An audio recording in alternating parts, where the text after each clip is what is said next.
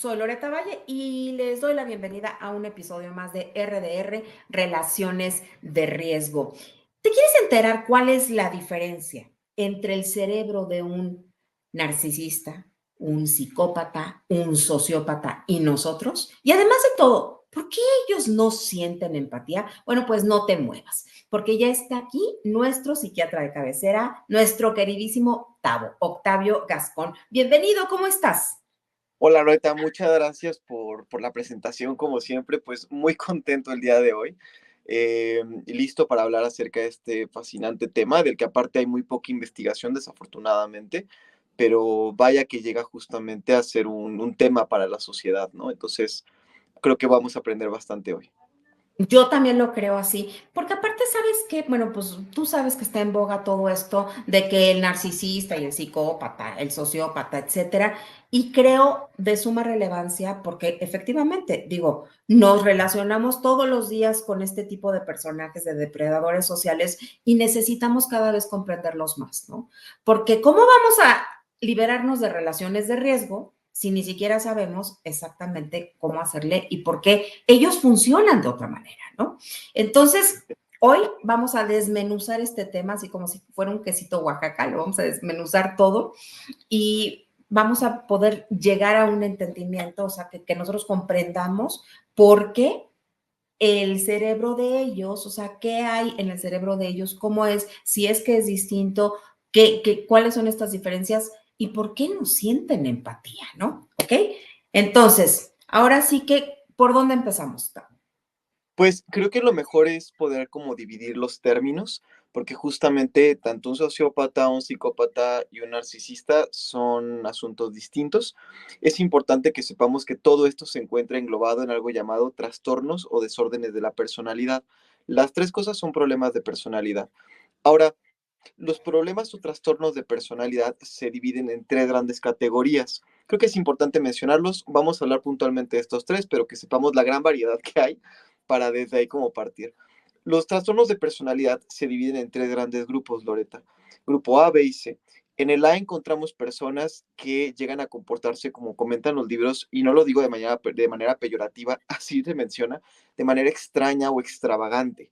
Se encuentra el trastorno paranoide de personalidad, personas que fácil y constantemente suponen que los demás tienen una intención malévola o negativa con ellos, paranoide personalidad, esquizoide y esquizotípico de la personalidad, donde son personas que se muestran extravagantes, con gustos muy particulares, esencialmente hacia temas ocultos, oscuros, etcétera, muestran una renuencia constante por tener relaciones o una falta total de interés de tener relaciones afectivas con cualquier persona.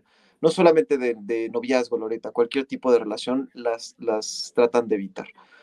Por otro lado, en el grupo B tenemos al narcisismo, al antisocial, que es donde se encuentra esta psicopatía y sociopatía, que ahorita nos detenemos allá, al trastorno límite de la personalidad y al trastorno eh, histriónico de la personalidad.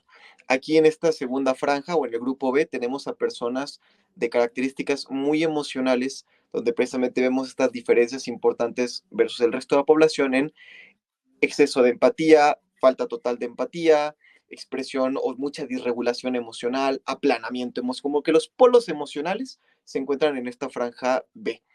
Y en el tercer grupo de personalidad, o la franja, digamos, C, se encuentra el obsesivo compulsivo de la personalidad, es decir, el TOC no nada más es un trastorno relacionado con la ansiedad, también existe una especie de TOC o obsesivo compulsivo, pero de la personalidad. Está también el dependiente de la personalidad y el trastorno evitativo de la personalidad. Este último parece como una fobia social muy intensa. Entonces, estos Sí. son las tres grandes categorías. El día de hoy nos vamos a enfocar en el trastorno narcisista y en el trastorno antisocial. Clínicamente lo llamamos trastorno antisocial de la personalidad. La clasificación de sociopatía y psicopatía realmente es una categoría que hace la criminalística y la criminología con fines de diagnóstico de este tipo, criminológico. Pero a nivel clínico, los llamamos solamente, los englobamos en el trastorno antisocial de la personalidad. Es puntualmente un problema de la personalidad de esta franja C, donde vemos alteraciones a nivel de la regulación emocional y las interacciones con otras personas. Entonces, ahí está nuestra primera, no sé si me expliqué correctamente, Loreta, si quieres pero hasta donde entiendo todo bien ahí, ¿no? Muy bien. Todo perfecto ahí. O sea, Súper. y maravilloso que haces la distinción de que son trastornos de personalidad, no son enfermedades, No, es ¿no? un O problema de sea, personalidad puntualmente. Vale la pena que para profundizar un poquito más en esto, y ahorita entramos a la parte neurológica, pues también esclarezcamos qué es la personalidad en todo caso. La personalidad para la psiquiatría y para las ciencias cognitivas particularmente es un compuesto de el carácter y el temperamento. ¿Cuál es la diferencia? Y aquí vamos a poder hablar un poquito más de antisocial. El carácter está formado a través de las experiencias vitales, literalmente lo que has vivido, mientras que el temperamento tiene características genéticas, tiene mucho que ver más bien con lo que hemos heredado de nuestros padres. Esta herencia de nuestros padres sobre el temperamento está dado por algo llamado epigenética. ¿Qué es la epigenética? La forma en la que el ambiente que nos rodea influye en la expresión de ciertos genes. Es decir, si yo estoy constantemente rodeado de un ambiente violento, Loreta, puede que yo comience a expresar mucho más genes para cortisol, para justamente esta hormona que regula el estrés. De manera que esta expresión constante de cortisol lo que puede hacer es que mis hijos vayan heredando particularmente estos rasgos temperamentales, precisamente porque yo he estado en este ambiente expuesto a cortisol o a estrés por violencia. Esto no significa que mi hijo hereda la violencia, lo que mi hijo hereda son estos factores temperamentales que justo se fueron instalando en la generación derivado de un ambiente violento. Para que sí sepamos que el ambiente afecta a los hijos, claro que sí, y a los hijos que aún no llegan, de hecho los van a afectar. Esto está dado por la epigenética y configura el temperamento. Y el carácter se da por las experiencias que vivimos. Ahora bien, esto compone la personalidad. Pero ¿qué es lo que hace que definamos en psiquiatría si una personalidad es funcional o disfuncional? Más allá de la definición de personalidad, ¿cómo sé que una personalidad está funcionando o no? Y por disfunción me refiero a que puede llegar a afectar a la vida del individuo o a quienes les rodea. Tenemos dos grandes variables por allá. Recuerden que podemos estar regresando a este video constantemente para repasar los términos porque son un chorral. La parte de personalidad funcional o disfuncional está caracterizada por dos factores, el self o el yo y las capacidades interpersonales que tengo con los demás. Lo interpersonal es la relación que tengo con los otros.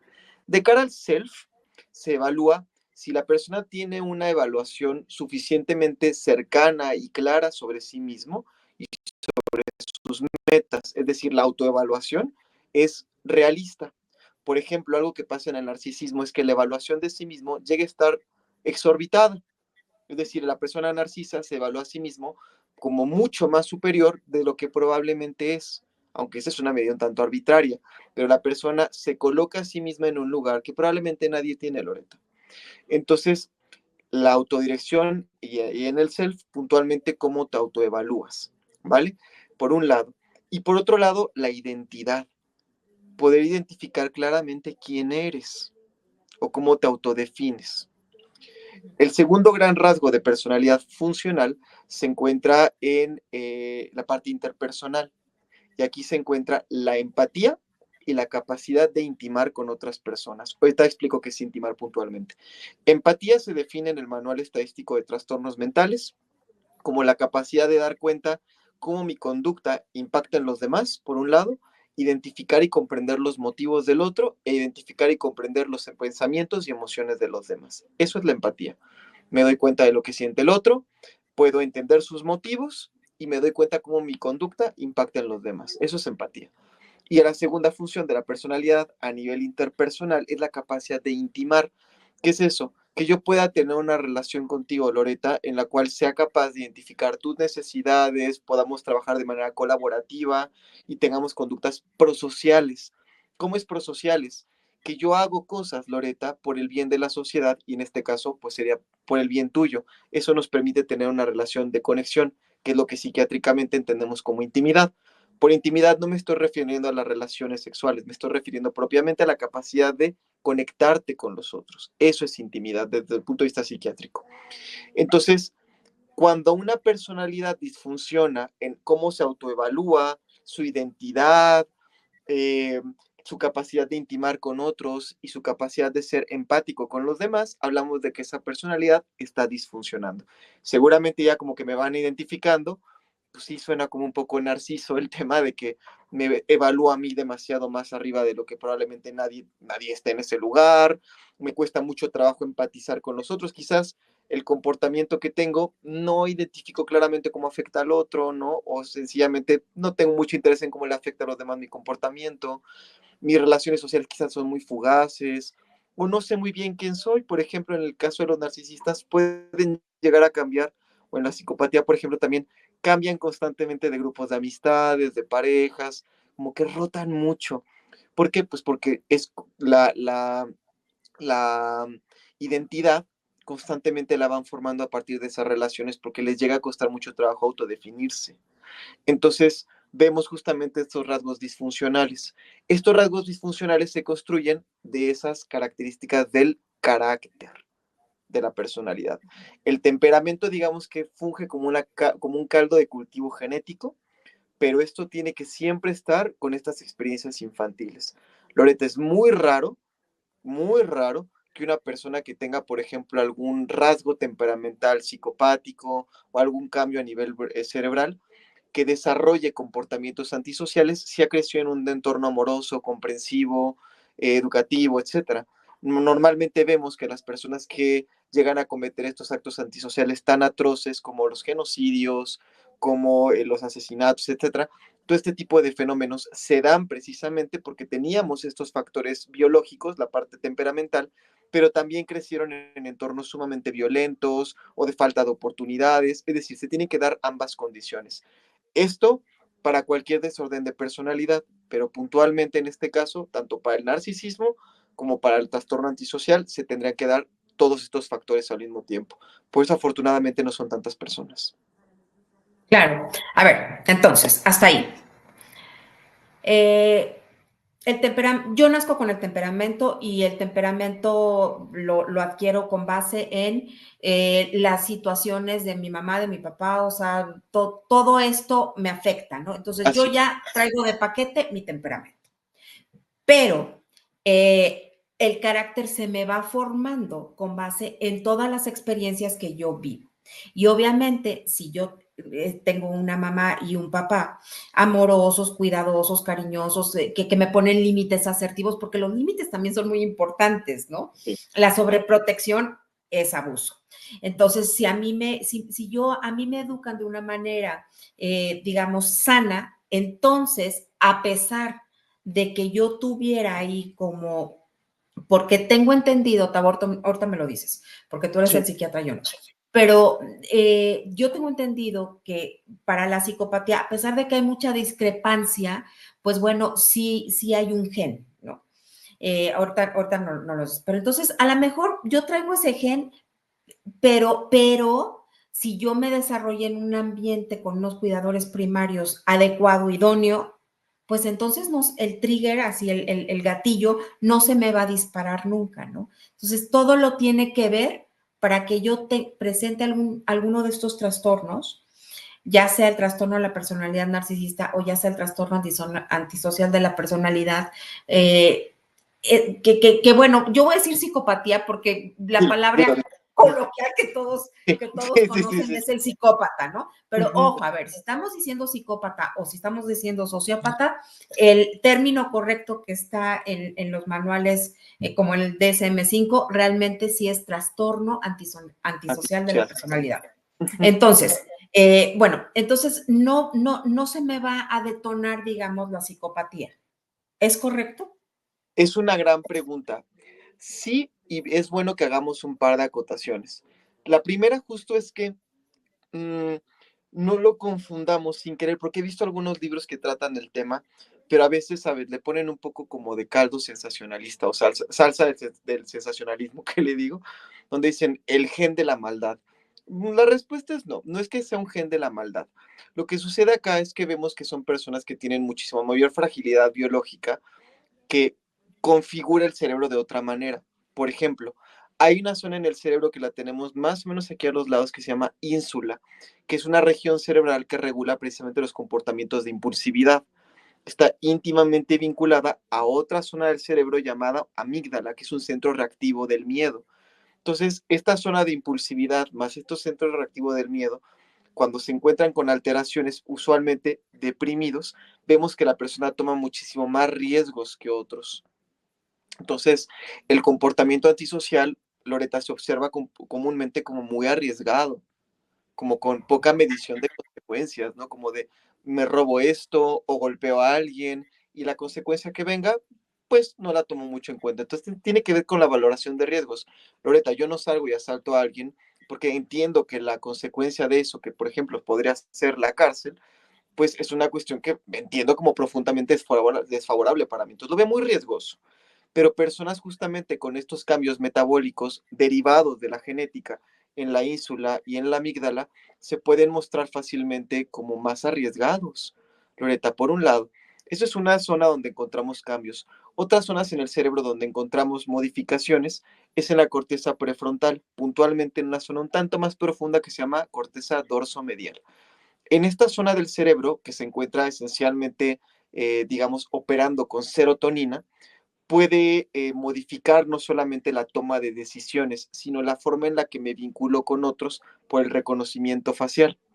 El ser humano evolutivamente reconoce caras de manera automatizada y reconoce los rostros amigables, ¿no? De los que son de mi equipo, de rostros desconocidos. Normalmente nos mostramos igual los seres humanos evolutivamente más reactivos ante rostros desconocidos que ante rostros conocidos. Es decir, el reconocimiento de una persona usualmente disminuye los niveles de tensión de un ser humano. Claro, si ves un amigo y estás estresado, se te baja un poco la tensión. Si estás estresado y aparece una persona que no conoces, puede subir la tensión. Entonces, esto es un proceso evolutivo, es normal, pero encontramos que hay cambios metabólicos en estas zonas en los cuales el reconocimiento facial se da un tanto más lento. Por lo tanto, pueden experimentar mucho menos cercanía a las otras personas. Y a esto súmale una medición de riesgos abstracta. Hay otra zona en el cerebro, agregándole aquí, que se llama sistema límbico, que justamente procesa las emociones. Mucho ojo, no nada más las genera, permite procesarlas porque es un centro, no es un centro de la empatía, pero permite a través de las neuronas espejo identificar el comportamiento del otro y interpretar las emociones que el otro está experimentando. Este sistema límbico se ha encontrado que se encuentra hipofuncionando, es decir, el metabolismo en esa zona es un poco más bajo. Hay una historia interesantísima detrás de todo esto, Loreta, que déjame les platico. Los estudios detrás de la biología de la psicopatía tienen 15 a 20 años. Esto es muy nuevo, para que esclarezcamos que estamos hablando de realmente datos nuevos, es decir, nada de esto en los Claro. 80 no había ni nada. Tiene muy poco tiempo. Eh, Esto se estudió en aproximadamente 22 cerebros de una muestra que me parecieran que eran de 200, una cosa así, cerebros y tomografías de personas que aparentemente tenían comportamientos antisociales a lo largo de su vida. Y estos 22 cerebros tenían estas características en común. Cambios en el metabolismo en el sistema límbico, en la ínsula, en la amígdala y en la corteza prefrontal, en la zona dorsomedial. Todos esos cambios era muy interesante porque fíjate, el investigador que se llama James Fallon, se apellida Fallon, o Michael Fallon, no recuerdo bien, ahorita me acuerdo, se apellida Fallon, él investigaba todo esto y decía, híjole, estos cambios son muy interesantes, y entonces él toma tomografías también de sus familiares, y se tomó una a sí mismo, como grupo control para ver esas diferencias. Dice, ok, yo no he visto comportamientos antisociales en nadie de mi familia, y yo nunca le he hecho daño a nadie, entonces vamos a hacer grupo control de personas y estas muestras que también tenemos. Cuando él ve las muestras, Loreta se da cuenta de que hay una que dice, esto es, esto tiene rasgos antisociales, ¿no? Psicopáticos, híjole, fuertísimos, ¿no? O sea, los cambios metabólicos en estos resultados son súper notorios. Y cuando él revisa el nombre de la persona de quién era ese resultado, Loreta era el suyo, a pesar de que él jamás había hecho daño a nadie, nunca había hecho daño a nadie. Pero si exploraba un grupo de comportamientos que suelen sí estar asociados tanto al narcisismo como a la conducta antisocial, él dice en una entrevista, pero sabes que yo nunca le he hecho daño a nadie, pero sabes que sí me ha pasado. Durante toda mi vida, las personas me han dicho que yo soy un excelente líder, que yo tengo que guiar a las personas, que yo soy muy bueno para hablar en público, no me pongo nervioso, no tengo ningún problema para asumir un riesgo. Entonces, es bien interesante porque esto permite que primero veamos como este grupo de comportamientos, pues no es un rasgo, no son rasgos de maldad, Loreta. El problema es que son un grupo de rasgos de disminución de la capacidad de identificar emociones en nosotros, te vuelves un tanto más arriesgado, por ejemplo, pero de eso a que por tener estos rasgos automáticamente vas a lastimar a alguien, eso es falso, porque el Claro, que lastimes a alguien está más bien dado por cómo creciste. exactamente. Entonces, la respuesta sería sí. O sea, sí puedes traer tú un gen, digamos, o sea, estos Claro. rasgos que tú dices, pero si tu tipo de crianza es un tipo de crianza sano, adecuado, entonces nunca se te va, por decirlo así, a detonar, ¿no? A detonar, no el gen de la maldad, porque también yo he leído libros con este rollo del gen de la maldad, sino que más bien este gen, ¿no? Que te predispone. Es como si tú traes genéticamente, por ejemplo, el de, no sé, Alzheimer. Ajá. Este, O diabetes. pero diabetes o lo que sea, ¿no? Pero si tú llevas una alimentación adecuada, si tú retas a tu cerebro y aprendes cosas y creas más sinapsis y demás, bueno, pues entonces en realidad no, nunca se te va a detonar, ¿no? O sea, porque esto es importante porque tendríamos que ver que la genética no te determina, ¿no? Y ahora con todos los estudios de epigenética que hay y demás, sabemos que realmente si nosotros nos cuidamos y creamos entornos sanos de bienestar y demás, bueno, pues entonces nosotros tenemos bastante control en lo que sí va a haber en nuestra vida y lo que no va a haber en nuestra vida, ¿no? Ok. 100%. La realidad es que la genética, como bien comentas, no nos determina. Hay algunas condiciones que, claro, tienen un patrón genético de afectación directa, pero son muy pocas condiciones, Loreta, y muchas ni siquiera son de salud mental. Por ejemplo, la enfermedad de Huntington sí tiene un patrón de herencia genética casi directa, y si mi mamá lo tuvo, hay una probabilidad extremadamente grande de que yo desarrolle Huntington. Pero el Huntington no es una condición de salud mental, se expresa también como problemas de salud mental, pero es un problema neurológico. Otro, por ejemplo, el caso de la epilepsia. Sí vemos como hay una frecuencia, el asma, por ejemplo, también. Eh, ¿Cuál otra? Pues tiene características genéticas como muy obvias, ¿no? De hereditabilidad. Eh, ya dijimos Huntington, el asma, bueno, hay varias, Loreta. Sin embargo, Son poquitas en realidad, ¿no? son De muy lo que yo he pocas, leído, son muy súper pocas. poquitas, te estoy hablando que son menos de 20. O sea, Sí, de lo que yo he leído y estudiado, ¿no? Son menos de sí. 20. No me acuerdo el número exacto, pero son menos de 20. Entonces, realmente nosotros sí tenemos como muchísimo, entre comillas, control de cómo va a ser nuestra vida, ¿no? Si nosotros nos abocamos a promover nuestro bienestar. Ujú. Ahora, Tavo, te quiero hacer una pregunta específica. ¿Hay diferencia en el cerebro de una persona narcisista, de un sociópata y de un psicópata? Sí, precisamente lo que encontramos son Entre ellos. sí, claro, en el sistema límbico precisamente, porque como estábamos comentando, no es que la capacidad de empatía, porque aparte tomemos en cuenta que empatía es un constructo muy grande, ¿no? Que es el tema de el identificar los motivos del otro y la parte emocional de identificar en el otro y todo esto son varios elementos lo que componen a la empatía. Sin embargo, si vemos que si bien es difícil decir en esta parte al ser está la empatía, sí sabemos que el reconocimiento de las emociones de los demás se encuentra principalmente dado en el sistema límbico. Entonces, lo que hemos encontrado en algunos estudios, bueno, se han encontrado en algunos estudios es que entre la psicopatía y el narcisismo, por ejemplo, identificamos cómo es que el narcisismo eh, tiene un poquito más de capacidad de empatía, por ejemplo, que el trastorno antisocial de la personalidad, la psicopatía. No es que sea una versión extrema de lo mismo, ¿no? Porque vemos justamente muchísimo mayor toma de riesgos en la psicopatía. Ahora, podemos diferenciar un par de términos acá para no revolver mucho a nadie. La psicopatía y la sociopatía. Los dos están metidos en trastorno antisocial, pero ¿cuál es la diferencia? La sociopatía tiene que ver justo con acercarme mucho a los otros, ser muy cercano, muy cálido, muy lindo, etcétera, pero realmente no experimentar grandes emociones por los demás. Es decir, le llaman empatía cognitiva a eso. ¿Cómo es la empatía cognitiva, Loreta? Eh, Entiendo las implicaciones de cómo te sientes, pero realmente yo no estoy sufriendo contigo. Entonces, Eso el sociópata. eso es el sociópata. que es también un rasgo del narcisismo, ahorita platicamos. Mientras que el psicópata no experimenta ni siquiera el interés por esa empatía cognitiva. Entonces, usualmente vemos a personas que tienen muchos problemas, justo, no deja tú con la autoridad, incluso con sus pares constantemente, pasan por encima de los demás en la búsqueda del placer inmediato. Hay una cosa que le llaman la triada, Pura. ajá, es una triada de un grupo de comportamientos que usualmente se observan primero en los niños y después cambia un poco esta triada en los adultos.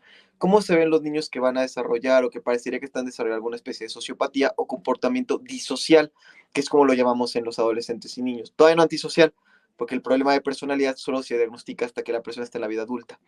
A los niños justamente identificamos conducta asocial o disocial. Bueno, de terminología. Pero ¿qué vemos en ellos? Usualmente vemos eneuresis, es decir, el niño se sigue haciendo pipí en la cama después de los 5 o 6 años de edad, lo sigue haciendo y lo sigue haciendo y lo sigue haciendo. Uno, vemos cómo lastima a animales, usualmente, o a otros compañeros de la escuela, es decir, comportamiento agresivo con animales o con otras personas, ¿vale? Eh, y tres, problemas del control de impulsos, principalmente piromanía, queman cosas los niños.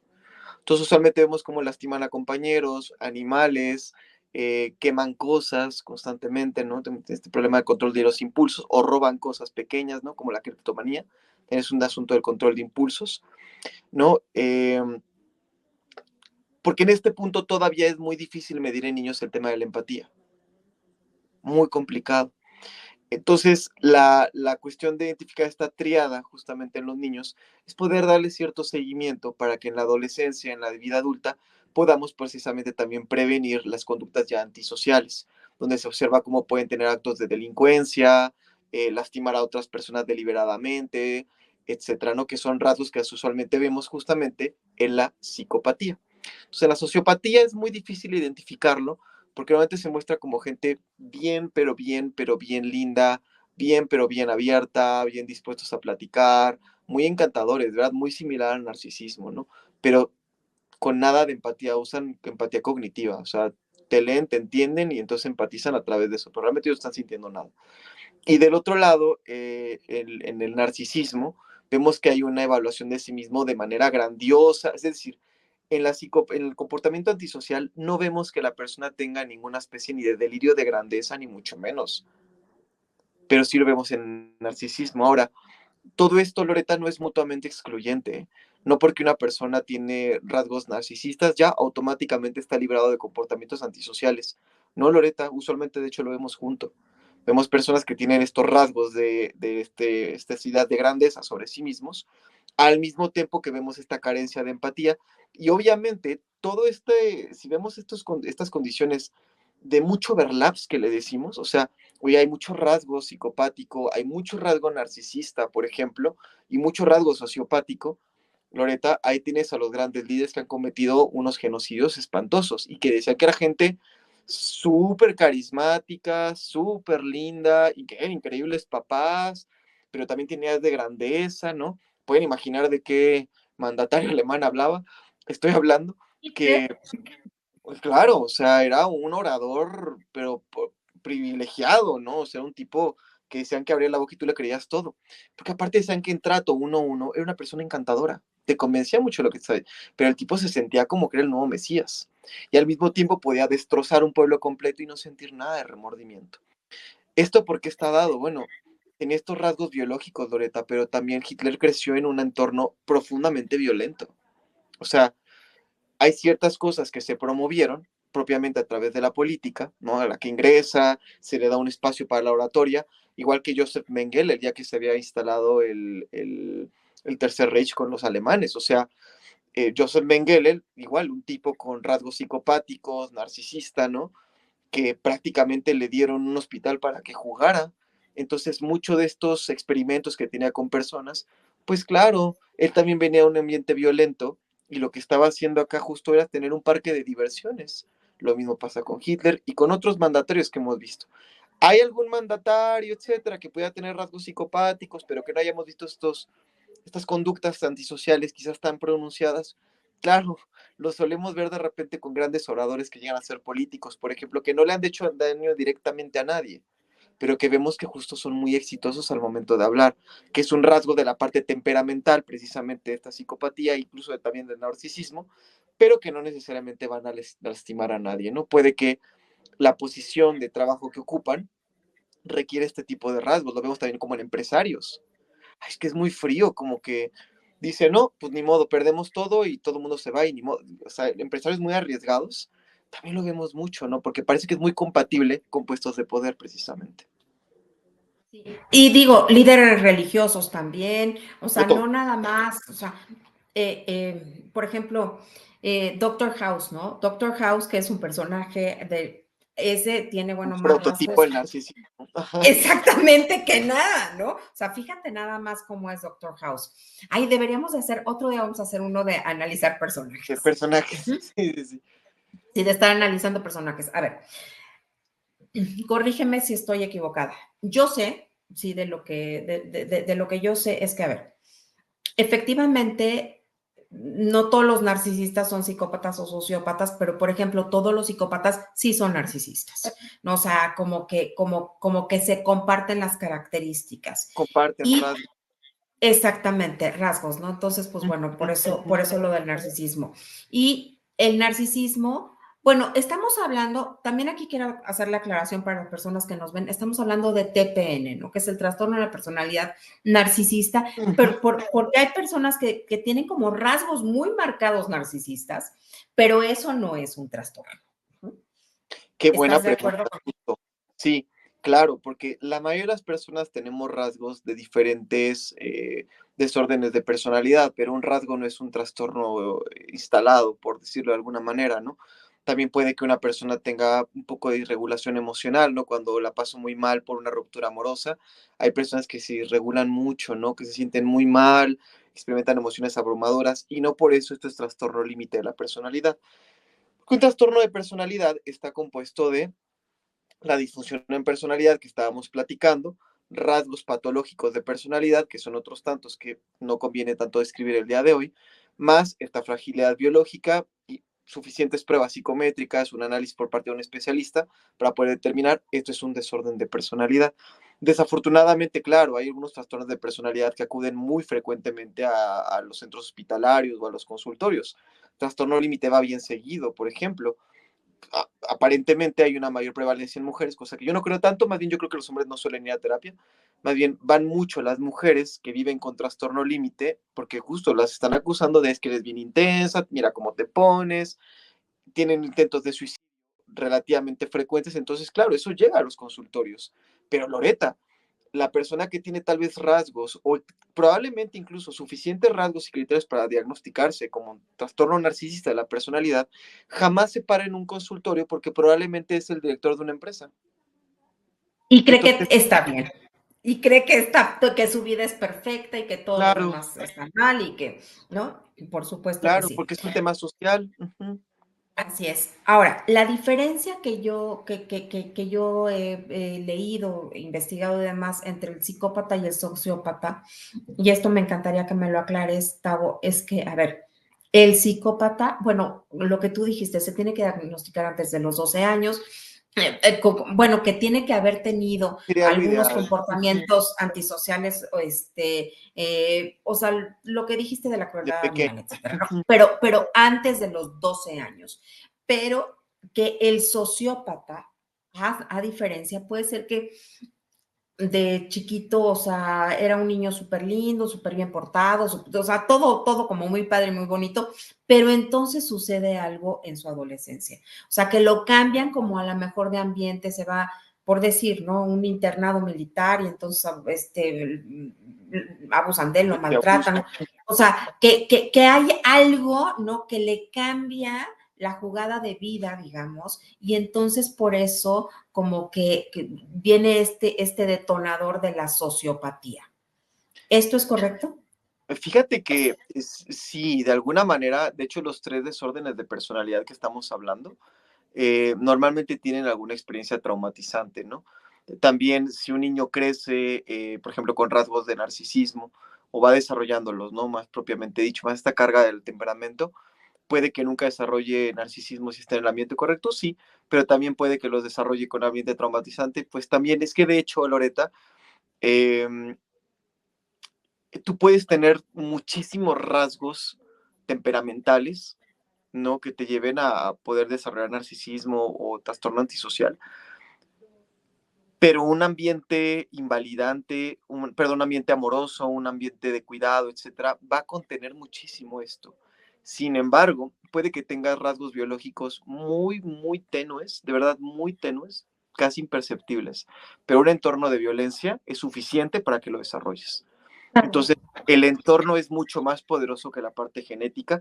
Esto lo digo así para que no nos quedemos con, es que si tienes el gen LSR3, que es el que se desasocia de repente con la psicopatía, ya, condenado, porque es lo que decíamos, no, pues no, primero no te determina, y segundo, no es una condición donde la lógica sea, tienes este gen y lo desarrollas, como por ejemplo puede resultar con las modificaciones genéticas, por ejemplo, del síndrome de Down. Es que no es como haces trisomía y entonces aparecen estas características físicas, etcétera, ¿no? Claro que no. En el caso de los desórdenes de personalidad, puede que haya una carga genética, como algunas personas le llaman, pero esto en sí mismo no es suficiente, solamente es un eslabón necesario, pero necesario no es suficiente.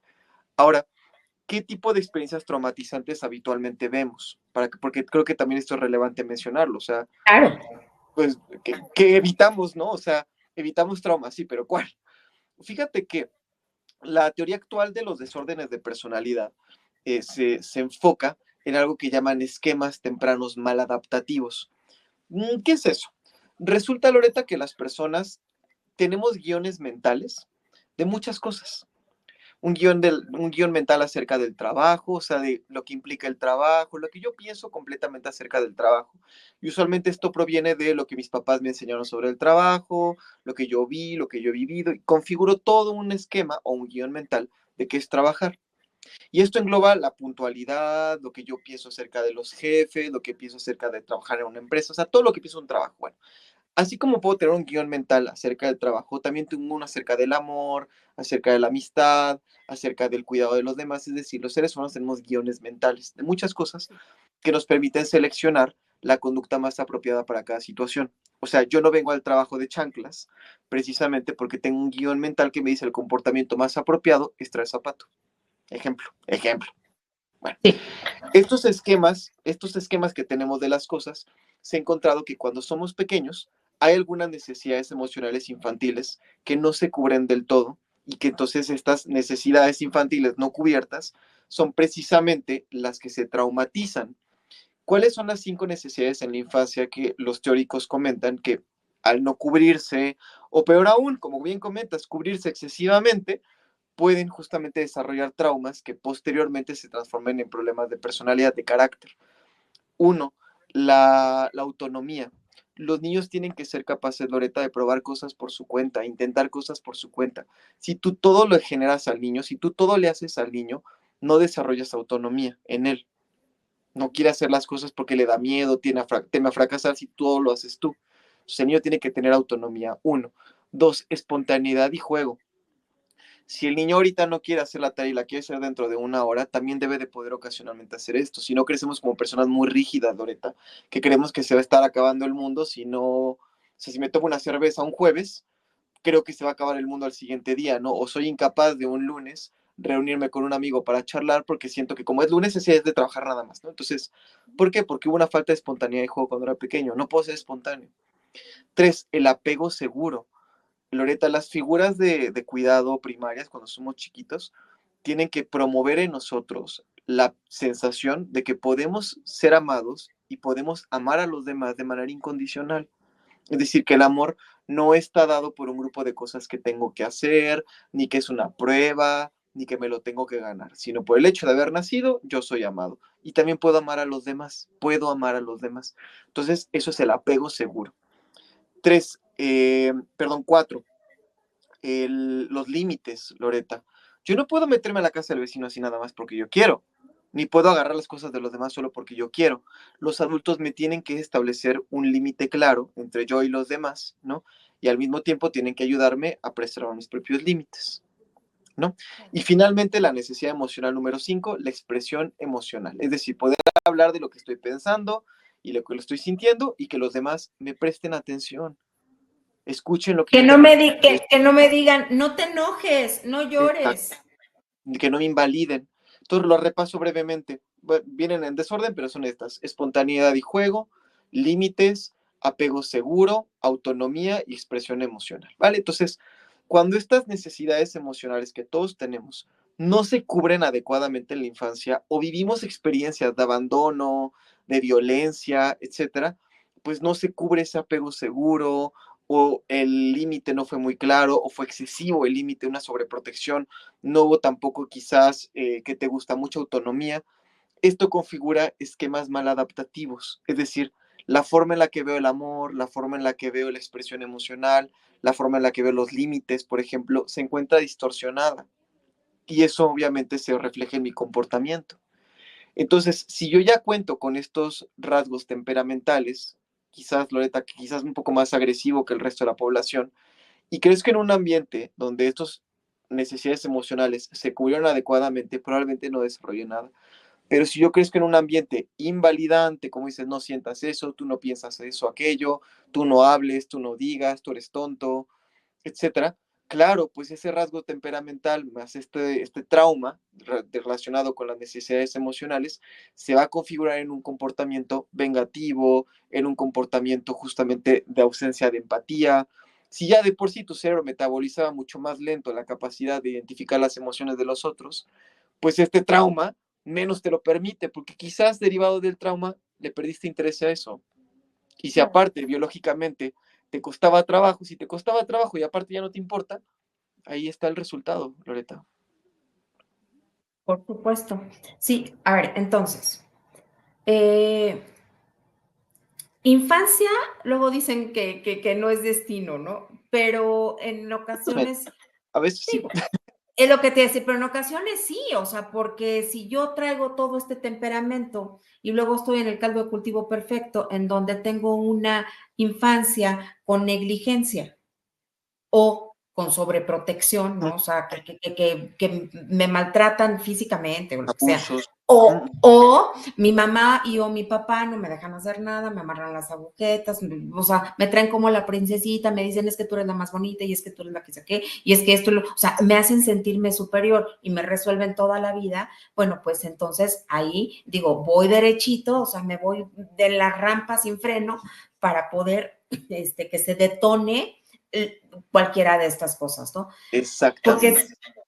si bien es cierto, y entonces puedo yo tener cualquiera de estos trastornos, ¿no? O me vuelvo, o desarrollo el narcisismo, o la psicopatía, o la sociopatía.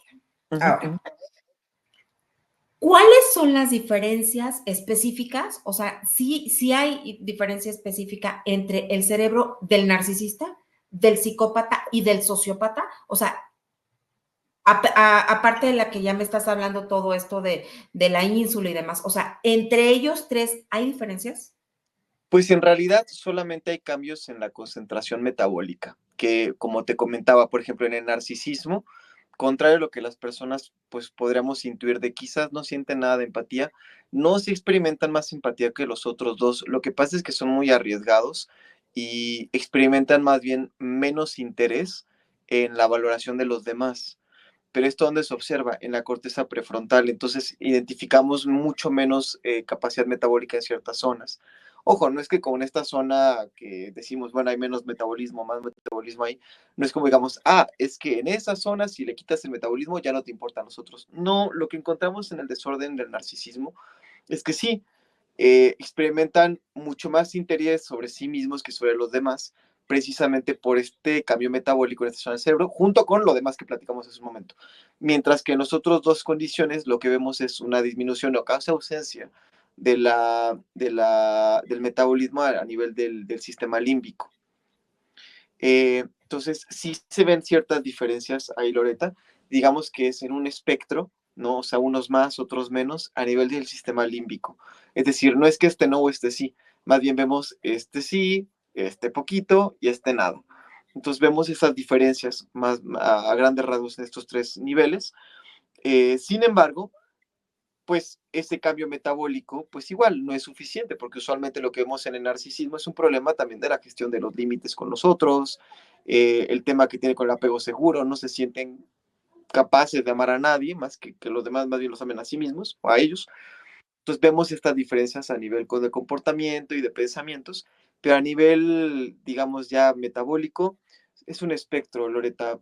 Diría que el antisocial de la personalidad de tipo psicopático normalmente tiene una disminución muy, muy, muy profunda en la capacidad de identificar las emociones de los demás. Entonces le cuesta mucho trabajo ser empático.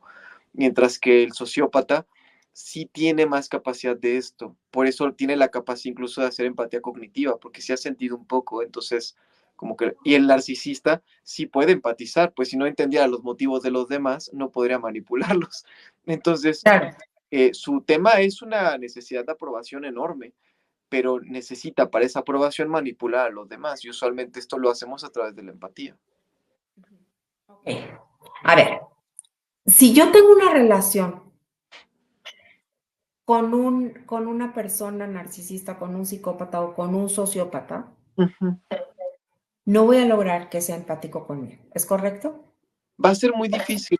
A mí me gusta mucho mencionar algo para que todos como que también estemos en un canal igual, en pro de la sociedad.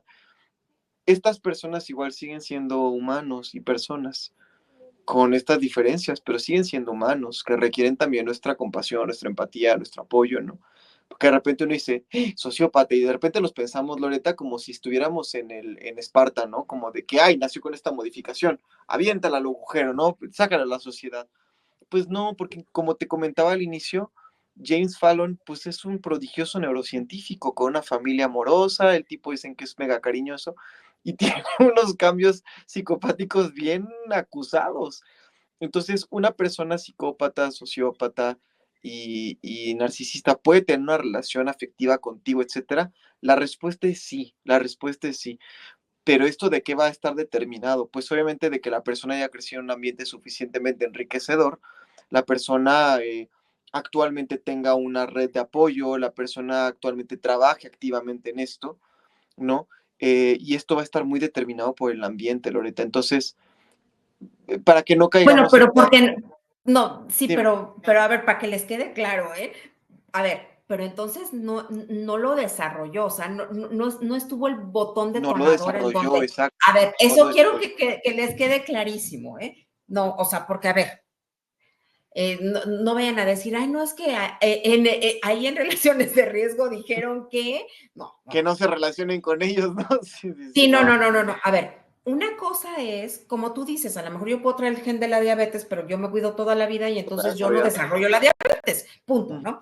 Entonces, pero aquí hablando de los que sí la desarrollaron, ¿no? Va a ser muy Imagínate difícil. que, o sea, exactamente, que eso es lo que yo quiero que les quede claro, porque luego vienen personas conmigo, clientes, clientas, que yo les digo, hey, es que no va a cambiar. O sea, esto es lo que hay, esto es lo que hay, y no tengas expectativas. O sea, no desarrolles falsas expectativas, no tengas ilusiones, porque es una fantasía. O sea, si tú estás en una relación con un narcisista, con un psicópata, con un sociópata, no esperes que vas a tener una relación como la que tú has hecho aquí con la fotografía mental, porque eso no va a suceder. O sea, no tiene la capacidad de amarte como tú quieres que te ama. No tiene la capacidad de empatizar contigo. Justamente en la mañana estaba yo con una clienta que me decía, es que ¿por qué no me puede ver como yo quiero que me vea? ¿Por qué no ve cuánto lo quiero yo? ¿Por qué no me trata bien? ¿No? O sea, ¿por qué siempre me echa a perder las fechas importantes que acaba de ser su cumpleaños? ¿Por qué siempre me echa a perder las fechas importantes? ¿Por qué hace esto? Y como le dije, porque esta persona con la que tú te casaste, infortunadamente, es un depredador social. Por eso. Y la que tiene que cambiar eres tú, ¿no? Igual yo hace muchísimos años sentada en el consultorio de mi psicóloga, o sea, ella fue la que me dijo, a ver, tú estás casada no me dijo psicópata, me dijo lo del trastorno antisocial de la personalidad, que yo nunca lo había escuchado. Me dijo, y la que tiene que cambiar eres tú, Loreta. O sea, tú esperas que él cambie y él no va a cambiar. eso es lo que hay, ¿no? Entonces, con lo que hay, ¿tú qué vas a hacer? Que yo quisiera que les quede como muy claro este punto, Tavo, en donde si lo que están esperando es empatía de parte de su pareja, hombre o mujer, no la va a ver, ¿estás de acuerdo? Y no, fíjate que actualmente tenemos tratamientos, existe la psicoterapia basada en la mentalización, que se utiliza mucho justo para el trastorno antisocial. Sin embargo, muchos años, Loreta, y es desafortunado lo que voy a comentar, pero el tratamiento para la conducta antisocial mucho tiempo ha sido la cárcel. Yo hay padres que justamente tienen hijos con rasgos sociópatas o psicópatas, todavía sin consolidar un diagnóstico, porque insisto, igual y son adolescentes, todavía no se pueden diagnosticar, no así. eh, Donde vienen los papás y dicen es que sabes que en la escuela se quejan muchísimo de él y de verdad es bien complicado mi hijo, ¿no? Y exploramos otros elementos como cómo el niño se comporta en casa, cómo el chico se comporta con los papás, etcétera, y vemos que llegan a ser chicos complicados, indudablemente, pero les llevo a comentar, Loreta, es que todo esto que has hecho por él ha evitado que tu hijo en este instante estuviera en la cárcel. Entonces, porque tendríamos otras consecuencias. Entonces, esto es algo que podríamos esperar de esta desorden, pero la realidad es que estamos viendo algo, de hecho, favorable, porque tradicionalmente el tratamiento de esto, pues justamente ha sido la cárcel, ¿no?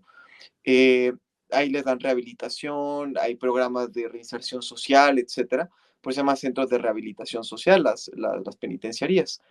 Eh, Ahora, hay una posibilidad de que esto cambie.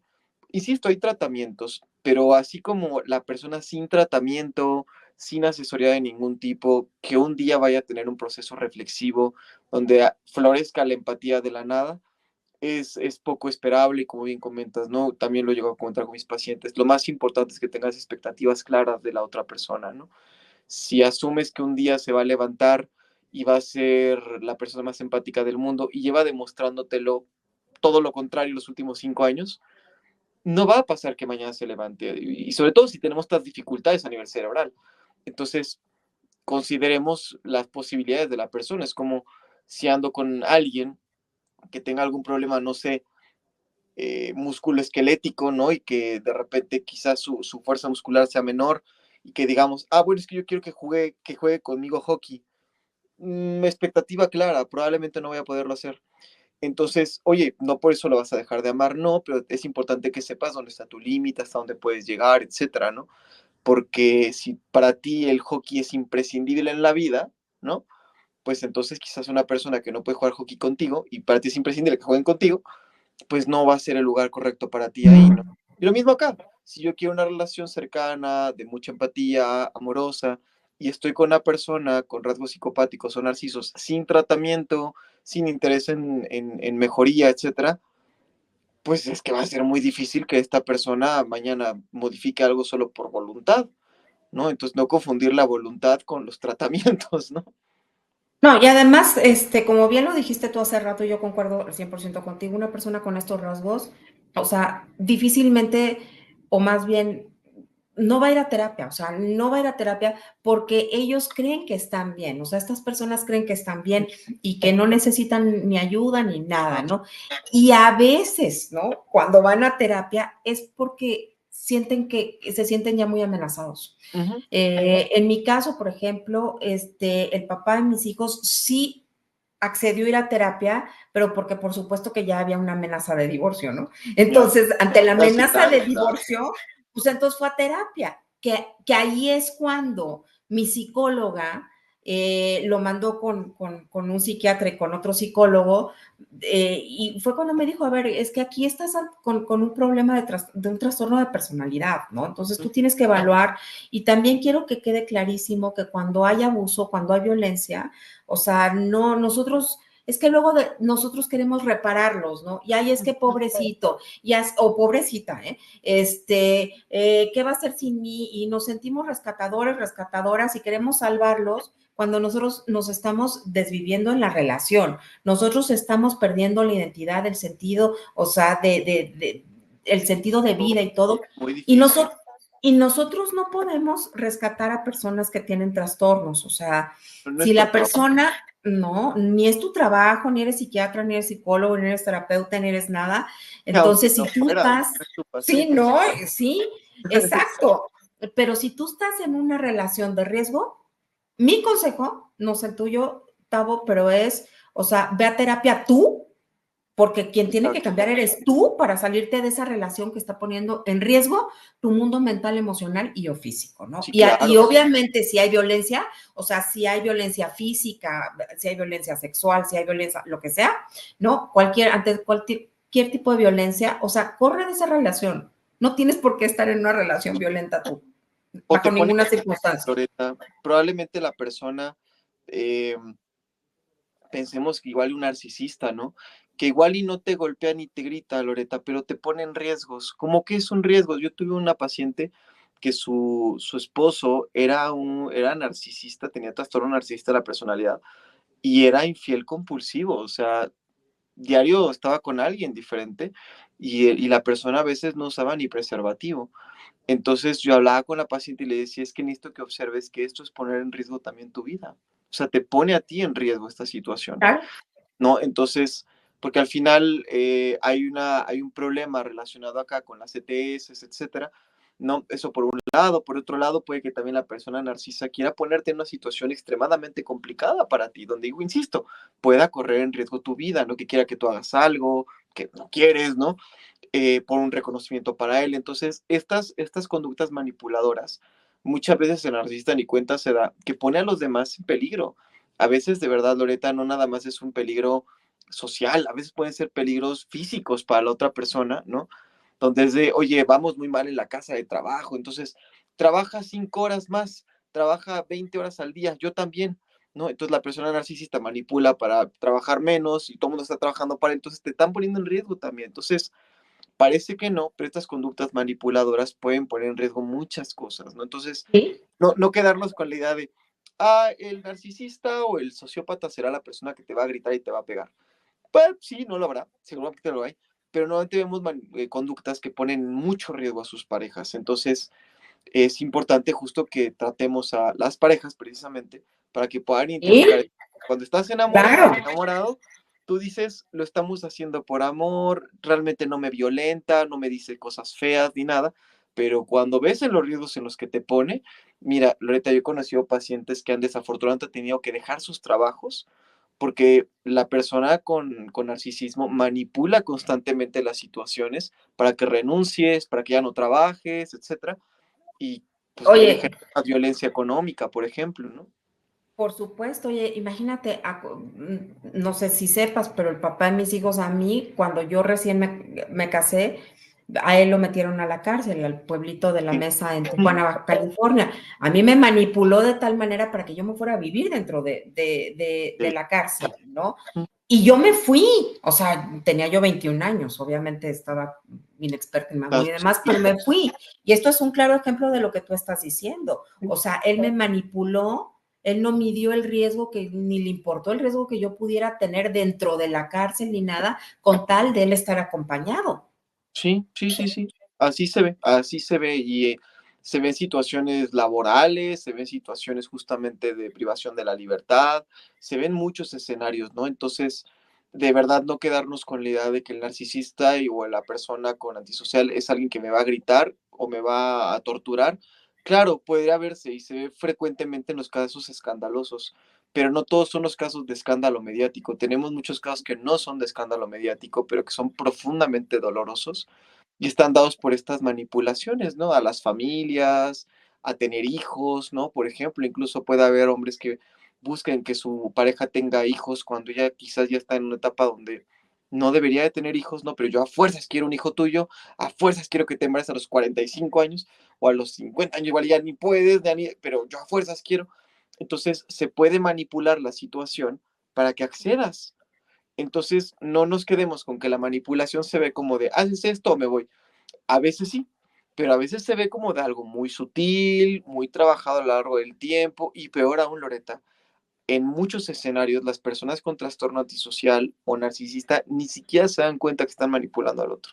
Ni siquiera se dan cuenta. Lo hacen así ya.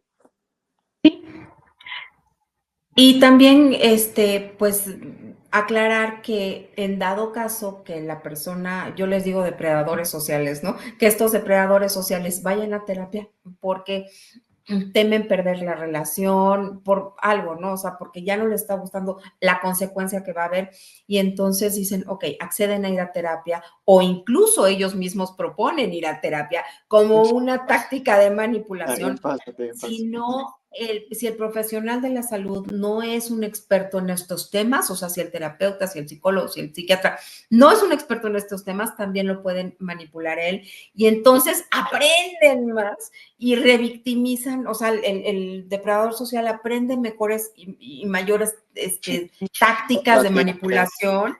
Exactamente, y entonces, pues la víctima es revictimizada, ¿no? De Entonces, hecho, por está eso a proscrita veces la terapia de grupo, es, Loreta, para ellos. No pueden ir a terapia de grupo porque emulan el comportamiento saludable de los demás y salen, ¿no? Entonces, de que, ay, mira, ya mejoró su comportamiento. No, están copiándole a los demás. sí, Entonces, mucho cuidado con eso, porque sí, como profesionista, si no sabes identificar un comportamiento antisocial, porque a veces no es tan obvio, eh, a veces se puede revictimizar a la persona, de como, es que si eres tú, esta persona te da, te provee, piensa en ti, te ama, ¿no? Y tú no lo estás recibiendo. O sea, hay veces que los mismos terapeutas, de repente, por no tener mucho conocimiento de esto, pueden, sin querer, ¿no? Poner también en peligro a la otra persona, revictimizar, como bien comentas, ¿no? Entonces, mucho cuidado con esto. Si identificamos algún rasgo, interconsultarlo con un especialista en personalidad.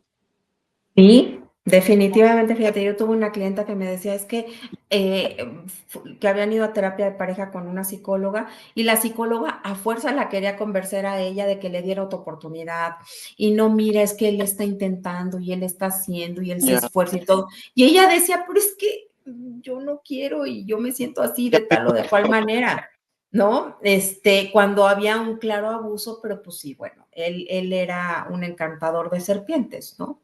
Entonces, ojo con quién van y también, pero yo creo que, vuelvo a decir, mi mayor consejo sería ve a terapia tú. O sea, si tu relación te duele, si tu relación es de riesgo, si está tu bienestar físico, mental y o emocional ahí en riesgo de cualquier tipo, claro. ve tú a terapia, ve con una persona que es un profesional de la salud para que puedas tú explorar qué es lo que te sucede y tomar decisiones asertivas con base en tu amor propio, Así es. ¿no? Y tu bienestar, salvaguardar tu paz y tu bienestar, que es lo más importante, perdón, que todos los seres humanos tenemos, ¿no, Tabo? Así es, tener mucho cuidado con esto y siempre acercarnos con nuestro especialista de cabecera a nosotros para explorar este tipo de situaciones y bueno, pues cuando una relación tiene que terminar, considerar siempre el bienestar antes que cualquier cosa. Oye, y si te encuentras con un psicópata o con un depredador social como Robert Hare, padre de la psicopatía, decía, ¿no? O sea, ponte tus tenis y corre, o sea, sal, run, run, él decía, run, o sea, ¿para qué, no? Es que de verdad que a Y veces duro. nos aferramos a relaciones que no tienen ni pies ni cabeza, ni la van a tener jamás en la vida. Es más, más sano decir hasta aquí y Ujú. correr de este tipo de relaciones Y y trabajar en nosotros mismos para no volver a caer en relaciones de riesgo. así es. Tavo, ha sido un verdadero placer platicar el día de hoy contigo. ¿Quieres algún mensaje final? Pues solamente justo siempre estar alerta de algunos de los síntomas que hoy platicamos, ¿no? Como esta violencia hacia otras personas, la manipulación, etcétera. No te esperes a que a tu pareja la diagnostiquen de algo como para tomar decisiones. Si algo te parece extraño, acércate con un profesionista de la salud mental tú, ¿no? Para que puedas tomar tus decisiones. No te tienes que esperar a que diagnostiquen a nadie. Tú puedes tomar tus propias decisiones, tú acudiendo también a terapia. Si te quieren contactar, ¿en dónde lo pueden hacer? Lo pueden hacer directamente en la página oficial de mi clínica, www.adva.com, athva.com, o directamente me pueden buscar en mi Facebook como Octavio Gascón, mandarme un mensajito y con mucho gusto les estaré apoyando. Perfecto, ¿eh? Bueno, y si quieres venir a contar tu historia aquí a este espacio seguro, está apareciendo mi WhatsApp en la pantalla y voy a tener el placer de poderte entrevistar y tal vez seas fuente de inspiración para muchas otras personas. Tavo, gracias infinitas por tu tiempo, por tu generosidad y sobre todo gracias a todos ustedes que forman parte de esta maravillosa comunidad de crecimiento. Esto fue RDR Relaciones de Riesgo. Te espero a la próxima. Te mando abrazos y besos repletos de libertad. Nos vemos pronto.